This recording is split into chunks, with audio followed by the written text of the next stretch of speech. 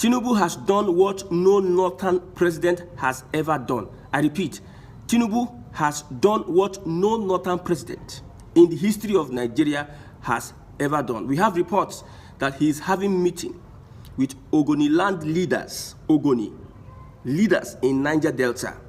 We know Saro Wiwa was killed by the Northerners under the military dictatorship of Abacha. Let's look at it. Who killed Saro Wiwa? According to reports here, Saro Wiwa was executed by the military dictatorship of General Sani Abacha in 1995. Saro Wiwa was an environmental and human rights activist who protested oil pollution in his community. Saro Wiwa was a leader of the movement for the survival of the Ogoni people, Mosop. Movement of the survival of Ogoni people, Mosop. Mosop protested the Shell Oil Company and the military regime of General Abacha. Saro Wiwa was arrested in 1994 for allegedly being responsible for the deaths of 4 Ogoni chiefs. If you are fighting for the liberation of your people, there will be an allegation placed on you. Normally, it's a Nigerian thing. Saro Wiwa was tried by a special military tribunal and convicted of the murder. They wanted to take him out because this guy is talking too much. You see, I've said that anything called restructuring, the Fulani would never, most of these northern cabals would never ever want anything that has to do with Fulani. I said, if Biafra goes today, let's imagine that the 5 states, the 5 plots of land, without the Akwa Ibom, without the other Niger Delta states, only the 5 plots of land get independence, Biafra independence. You know that these southern states will also be pushing for their own independence, and that is what the Northerners don't want. The Northerners have tried a lot, have tried all they can to separate, to divide and rule the southern region. But they have seen that if they allow these Igbos go, if Nnamdi Kanu is released, if they allow Igbos go, Biafra go, every other little nationality will not want to stay in Nigeria. That is one of the reasons why Nnamdi Kanu is still in custody. Their mentality is don't give these people Biafra. If you give them Biafra, every other groups will want to succeed out of Nigeria. Remember, oil is what feeds the nation. Whether you are in Lagos, whether you are in Port Harcourt, whether you are in Kano, Katsina, Kaduna, oil feeds Nigeria. I said it before that our revenue, 80-something%, 87-point-something%, oil contributed to that revenue. That means if the South region goes at any point in time, Nigeria and every other component unit, they are finished. So one reason why they need to take out somebody who is fighting for his people, especially oil-producing communities. You see, no, there's this thing we don't understand. They should have allowed Saro Wiwa get away with whatever. But when one community is liberated, every other community will take suit. That is the problem. If Biafra is giving 5 states, okay, you people go with your 5 states and go. You see the Niger Delta communities, they don't want to stay in Nigeria. We have said it before that Nigeria is a mere geographical expression. Igbos are one of the reasons why Nigeria is together. Because if they know and they are very sure that Igbos are inconsequential, let them give them Biafra to their 5 states. Biafra to their 5 states. And you see every other community, whether it's the South, Ijaw people, whoever they are, Port Harcourt, every other persons will be claiming a nation out of Nigeria because they know that the nation with the Fulani and the Northerners, it's not a nation. They know it. So who killed Saro Wiwa? The North. Now Tinubu is taking steps to reconcile Ogoni leaders because 150,000 barrels a day, Ogoni people change them for Nigeria, say, the pollution, the environmental pollution that you people have given to this community. Some people from far away, desert north, will come and take advantage of our community, pollute the community. And one of the reasons why you killed Saro Wiwa was because he was advocating for the people of the Niger Delta. And you think we'll sit down and watch Saro Wiwa die like that?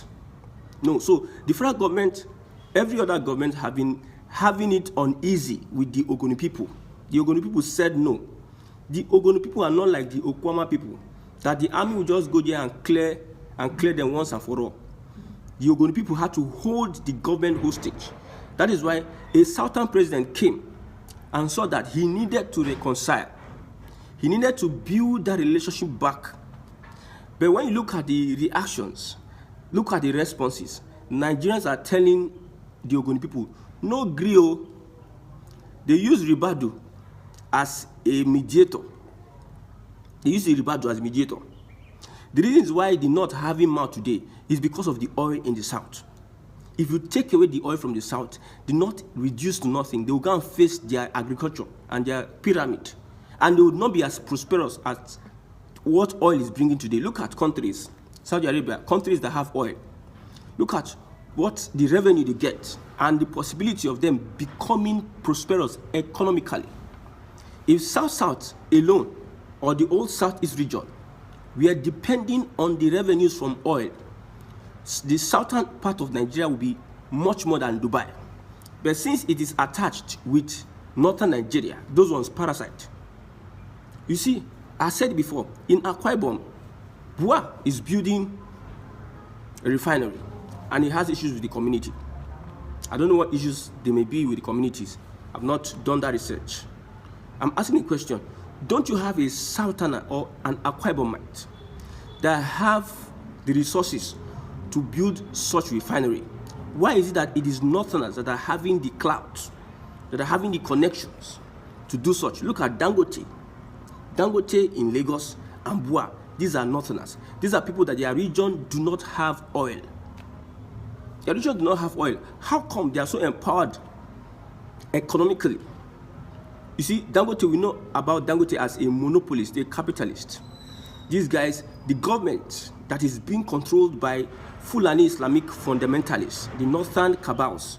I told you that these guys are manipulative. When they get into power, they use the power they get into and favor their people. That is why you see some of these guys can raise their heads from the north. How come that oil in the south is enriching the north? Northerners. I said it that the reasons why they will never release Maznam Khan is because if it comes out and there's liberation for Biafra, man, other regions would take off. They would take off, and Nigeria would have to face another level of agitations from small communities, and eventually they will be liberated. Biafra is the reason why Nigeria is still one today. If the government know, or because some people claim that it is the Southwest that is bringing Nigeria together, okay, we agree with that. Southwest is the melting point. Southwest is put his leg one place, put his leg in the south, and put his leg in the north. Economic reasons, political reasons, to benefit. We understand that Southwest is one of the reasons why Nigeria is forcefully together. Then if you think that the Igbos are not the reasons why Nigeria is together, let them go. 5 states. I'm not talking about the Southeast region, whether there's Anioma, whether there is Mbankeo in Edo State, whether there is no. Those ones that are claiming, those IPOB that are claiming, just give them 5 states. You know that Nigeria will never last for 1 year.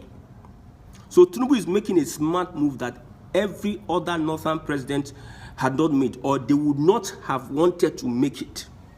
Look at this. Saro Wiwa was tried by a special military tribunal and convicted of murdering 4 Ogoni chiefs.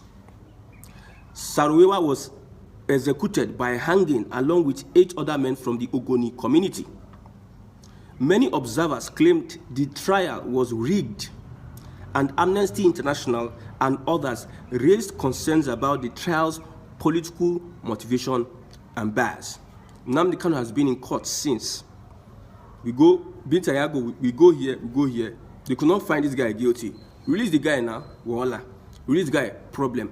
Political motivation. And this is handled really by the Fulani. Now, look at, I looked at this, there's a technocrat that I look at his statement. He says, I think Bola Ahmed Tinubu will be honoring Ken Saro Wiwa Looking at the meeting he had with Ogoni leaders, Ken Saro Wiwa may be exonerated and get a posthumous commute of his sentence. This will be a great step to healing and long-lasting peace. Beyond the host community fund provided by the PIA, there would also be other financial incentives given to Ogoni people, and the cleanup will be expedited.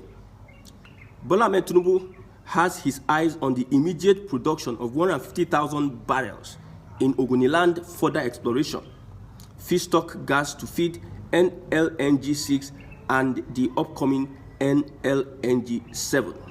Now, gas is the next thing. So, the reasons for this reconciliation has been summarized. Bola Ahmed Tinubu has his eyes on the immediate production of 150,000 barrels, I believe it's a day, in Ogoniland. Further exploration would have to find gas. They will have to get gas where they do further exploration. I thought they were exploring gas in the north. Northern military leaders, northern presidents, northern politicians spend billions of Nigerian money looking for oil, where oil no dey. Under Buhari, they looked, in Bauchi, I think it's Bauchi oil. Till now, we have not seen the dividends of this oil. See, one of the reasons why Tinubu has to restructure Nigeria is because the North has done this country bad. You spend almost billions of dollars, if I'm correct, to explore oil where there's no oil. Look at Ogoniland. You refuse to spend those billions of dollars to clean up where you have already explored oil, and the oil you're exploring is destroying the communities. Yet all you have to do is use political motivation. Under your military rule, you find a way. He is guilty. Then he was killed. Then till now, there was this problem of Nigeria having access to that 150,000 barrels per day in Ogoniland, and also the gas. Gas is the next thing. That is why Southeast governors need to understand the terrain of the Southeast and let political science students in the Southeast that are Igbo, let them be having workshops and seminars so that they will tell them this is the reality of the Southeast corridor, economic corridor.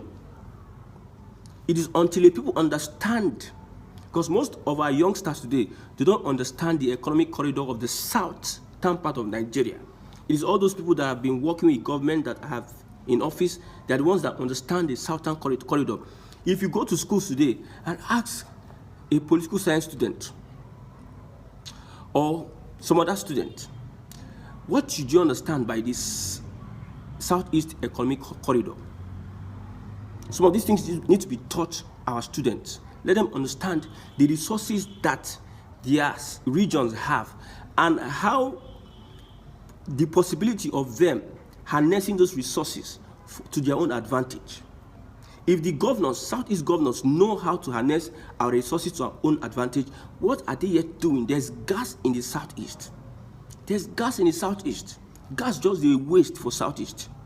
But yet, politics being played at the federal level, you see them put pipe. It's just like I have a GP tank. The GP tank is mine. I have it. I need to put a tap whereby I can be fetching for myself. But maybe some government, whatever, came and said this and this and that. They have to plug their pipe straight to my GP tank, not to feed me, but to take to other areas. Equality. Everything equality they cause. Only you cannot use this now. All of us, we are one. Okay, I have brothers. You are a family. But I have this GP tank. But because my father, for the fact that I have brothers, I have ties with these brothers, they just have to plug pipe to my GP tank and they start serving themselves. There's no one they can serve me. When they serve themselves, they expect me to go and meet them where they are serving themselves and fetch mine, whereby I can get mine because it belongs to me. So the Southeast has enough gas reserves, and gas reserves is the future now. Is the future. You know, Russia cut gas supply to Europe, and Europe will be looking for another viable market. We will take advantage of this market. You understand? So the Ogoni people, I don't know what to say about you accepting whatever meeting is being done, but I'm having issues with Ribadu as a negotiator. I don't care. I don't want to be politically correct. I don't want to be politically mature. A Southerner must be the negotiator. A Southerner must be the negotiator. Because a Southerner will understand the pains, not a Northerner. See, these guys are what they are. You can't change them. These guys are done. They are what they are.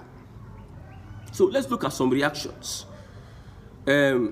Somebody says, this is long. Adeyemi Samuel says, this is long overdue. Can Saro Wiwa love for his people is so amazing. He just wants the best for Ogoni people. May his gentle soul rest in peace. Yes, it seems you are a direct, they are talking to the technical man. He says, it seems you're a direct spokesman of president. Please tell him to help us revive all textile industries in the north, most especially Kano. Baba is healing all the minority wounds. He's allowing everyone to have a sense of belonging. Yes, Baba is healing all the minority wounds. He's allowing everyone to have a sense of belonging. He's restructuring. Baba is restructuring. Baba is endearing people to himself. If he succeeds in this Ogoni thing, if he succeeds in this Ogoni, my brother, the not in a small thing now. I'm telling you, divide and rule is his tactics. I've seen it. He doesn't have an opposition. If he succeeds in this Ogoni, there's some things I don't want to say now. I will not say it. It is going to be another time. So restructuring is what we want. Every step President Bola Ahmed Tinubu is taking is towards restructuring. I have said it before. I'm not a supporter of President Tinubu. He's not a leader. Personally, it's my personal opinion. I'm not saying a general thing, so that you not think tomorrow you say this guy is having. I'm not supporting him. The restructuring part is where we have interest. In politics, there's no permanent friends, no permanent enemies, but permanent interest. So whatever he's doing that is in the interest of the southern part of Nigeria. If he likes, he should not give anything to the southeast. You see, I want our people to come to their sense and realize that they need to think home. They need to think home. Don't go and dwell in Lagos or dwell in somebody else's land and you start claiming right. Now the politics has changed. Local politics is what's going on. Everybody has their agenda. You will not leave the southeast. I'm talking to my Igbo people. You will not leave the southeast and go to somebody else's land and start dragging right, whereby where you are coming from, you have not developed it. Now, Ogoni people now are fighting for themselves. You Southeasterners, fight for yourself. Fight for yourself. Look at IPOB, how they are mesmerizing the whole, this IPOB of Samonekpa. Look at how the two groups are making a caricature of a Biafra agitation. The Igbos need to learn that they need to stand their ground, unite themselves. Inward, unite yourself inward first. When you are united, you cannot come out and fight. You cannot be divided inwards and expect you win any battle with other people that are united. There's a saying that says, united we stand, divided we fall.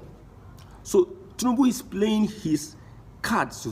He's smart with play, and the northern people are looking. They are helpless now. He has thrown a seed of discord in that region. Middle Belt are speaking up. Houses are speaking up. Different people are speaking up.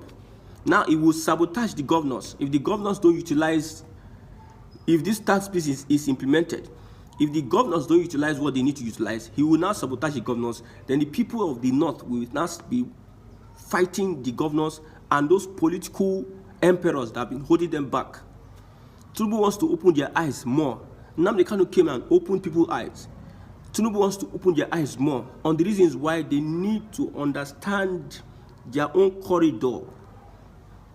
Our leaders of then, they understood the corridor of economic progress in the different regions. The North don't understand anything. Somebody just come, yeah, let's go, everybody just follow him, go. Somebody, because he went to school, he could speak big grammar, he will come and use Islam and use religion and speak grammar around the whole thing. The grammar going to move up and down. And you are now confused and say, let's go. Whether it is right or wrong. Everybody, herd mentality. Herd, sheep mentality. You know, a shepherd. Anywhere you move, everybody. When these deers are running, wilder bees, they are animals. When they are running, when one face, everybody will just face. Even though that one is entering into ditch, everybody will enter into ditch. So restructuring is what we need. And Tinubu has limited time. 8 years is not enough. But he must complete. If it's restructuring, he must complete 8 years. If it's that restructuring, 8 years is not enough for Tinubu at all to restructure Nigeria. I'm not saying he's a good leader. Whatever he's doing now, if you see what these people have gained from the government, now we are suffering from price of goods and services now. Service charge for telecommunications now 50%. You send money, they will remove money. You go here, transportation is high. Foodstuff is high. Everything is high. Tax. So he has issues with governance and making people enjoy. He wants to prove a point. But much more important, if he's able to break and destroy the grip of Fulani, then he has done something in his 8 years.